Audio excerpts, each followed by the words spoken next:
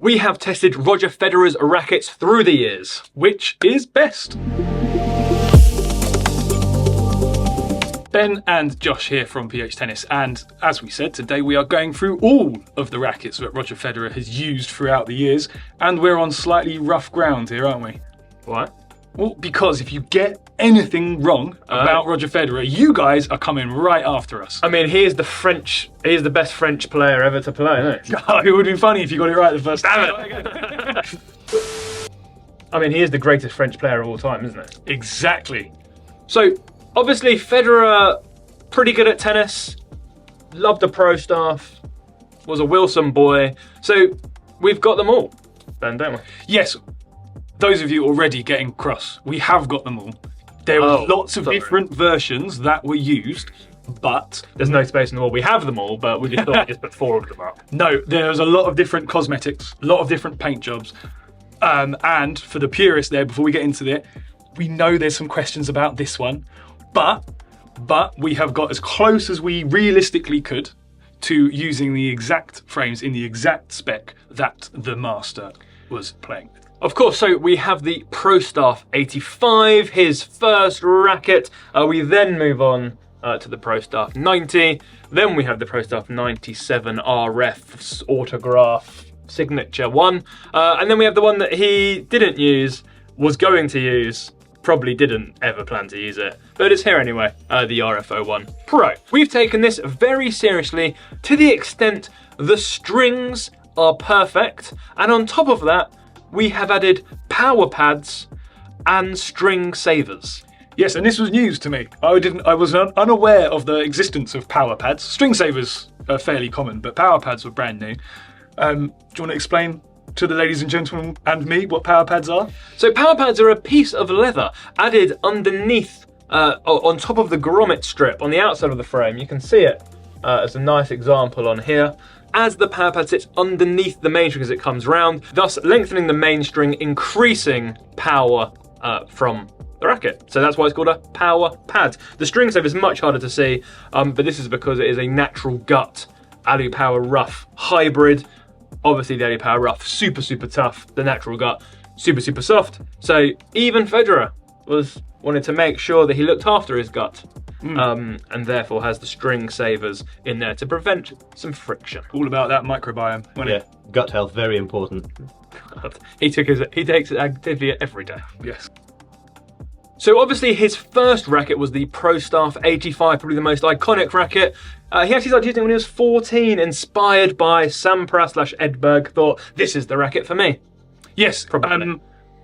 Full disclosure, we didn't get one of the specially made St. Vincent and Grenadine frames. What? I know. So there's a special factory Wilson built just for these high-level pro staffs.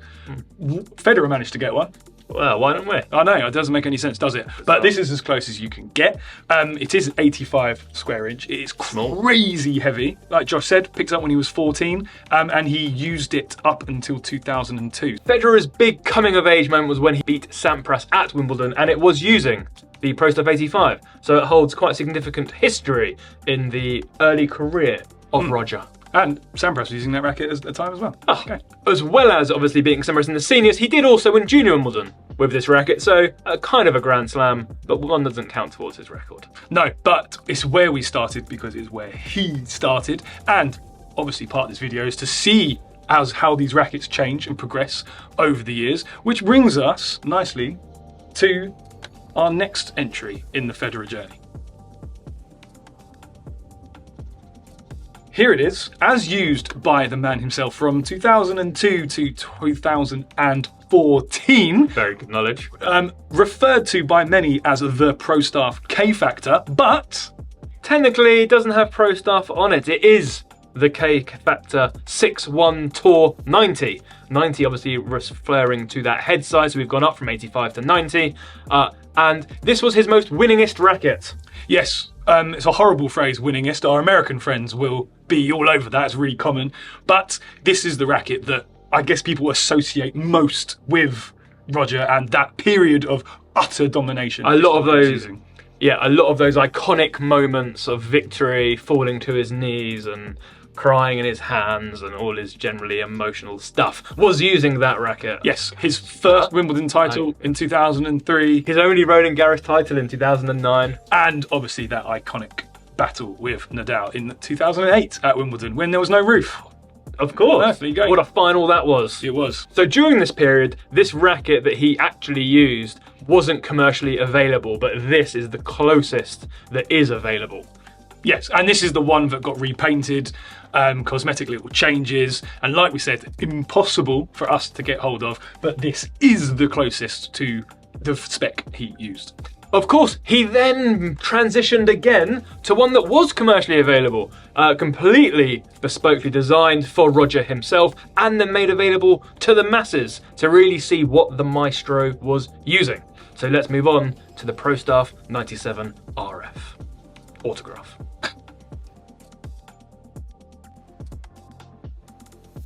So the final racket Federer used, the racket he retired with, was the Pro Staff RF97 Autograph. And a very important legal reason for the autograph is that obviously we have this debate often, and people often ask on the lives as well, around players endorsing rackets rather than using them. But when Wilson brought this racket out and it was autographed and signed, there was also the Serena Blade that was also an autograph edition. Legally, it has to be the one they're using. So that was part of the sort of confirmation to everybody that this is the exact same spec that Roger himself had. Although I imagine probably made in a different factory and the tolerance is probably slightly better. Yeah, it was a really popular racket as well. We sold loads of these. Everybody wanted to play with the racket that Roger was using, and I guess ideally play like Roger was playing, and I don't think it necessarily transitions quite that smoothly. Well, speak for yourself. When we went on court and played them, whew, my single-handed backhand, I've never ripped the ball so clean. Yeah, I almost couldn't tell the difference between you and the greatest tennis player of all time. There was at one point when Joe actually said that, I can't. Oh, what adjective did you use when I did that little jumping one-handed backhand? Oh, elegant, dainty. Dainty. Yes, I was actually called dainty. Yeah. For the first time in about 10 years? Yeah. Okay. Federer made the switch towards the end of 2014 and then used it to the end of his career, obviously finishing in that tearful defeat with Rafa at the Laver Cup.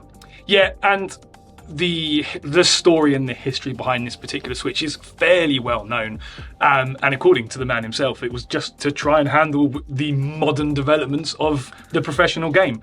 More spin, obviously Rafa was using that lefty forehand to just pummel Roger's backhand, and he just wanted a bit more power, a bit more stability, and just essentially an upgrade into a modern frame, and that was the main reason for that switch, and it worked, didn't it, Josh? So Federer won his final 3 Grand Slams with the RF97 Autograph, 2 in the Australian Open, and his final Wimbledon in 2017. Yeah, and I remember this fairly well, but it was a big deal when he got those last few Grand Slams. He was really struggling for a while, and the shift of racket, and he had a few injuries, and that's what glandular fever problems, and he had knee, and it all just a bit of a difficult period for him, and then he not out of nowhere, it's the greatest player of all time.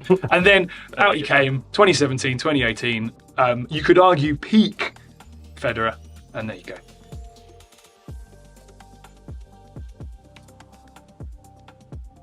So the original Pro Staff 85 is an 85 square inch racket. It is a 16-18 string pattern, one less string because of the smaller head size, I presume. This particular one we are using had a static weight of 357.3 grams, a balance at 310, and a very high swing weight of 323 grams. The 6-1 Tour 90 is a 90 square inch head size racket. We have 16 by 19 string pattern, and again the particular one in my hand here is 348 grams, has a balance of 308 and a much lower swing weight of 306.5. The Pro Staff RF97 Autograph is a 97 square inch racket. It has a 16-19 string pattern, and the one I am using is 345 grams, has a balance of 302 and a swing weight of 299.5 grams. And finally, our RF01 Pro is a 16-19 string pattern in a 98 square inch head size. This one weighs 320 grams static weight, has a balance of 309 and a swing weight of 292 grams.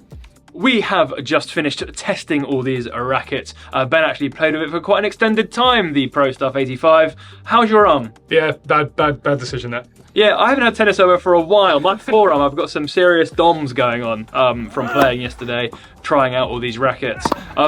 So it certainly gave an appreciation for the quality of player required to get the most out of it and to physically be able to use them. So if we go back to the beginning and we start with that 85 Pro Stuff down the end, I have never had such an appreciation for how good tennis players used to be. It is easily the hardest tennis racket I've ever had to use. Yeah, but how amazing does it feel when you get it right? Yeah. And obviously we're not sure what combination of that is just having full bed natural gut. Those of you that have seen our natural gut video will know quite how amazing it is, and we sort of suggest that everyone should try it once. Putting it in that, when you got it right, it's obviously so heavy as well, when you got it in the middle and you got that connection, it was buttery. Yes. It's going to come up a lot, the word buttery, in this video, isn't it? But I think the sort of the interesting thing is obviously no one is going to go off and start playing with one of these rackets. But if you do get the opportunity to play with a very small head, headlight, generally heavy racket, you are going to have to change the way you play. And it's never been so stark and so apparent how our modern games do not work with old technology. Yeah, so if we go back to when this racket was so prevalent, the courts were faster, there was a lot more serve and volley, the game was a different sport than it is now. And so as the modern game has evolved and the sort of changing styles that were necessary, the rackets sort of had to change as well. And there's a little bit of chicken and egg there. What happened first? Was it racket tech that changed the sport and forced them to slow it down? Or actually was that sort of technical changes happening and the rackets have kept up?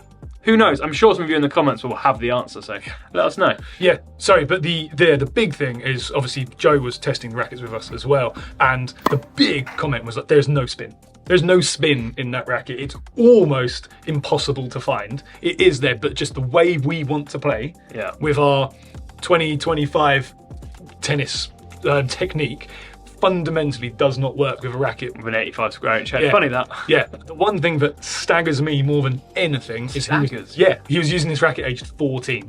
Yeah, I mean, strong 14-year-old. Yeah. I've always been a little bit envious of two things about Roger.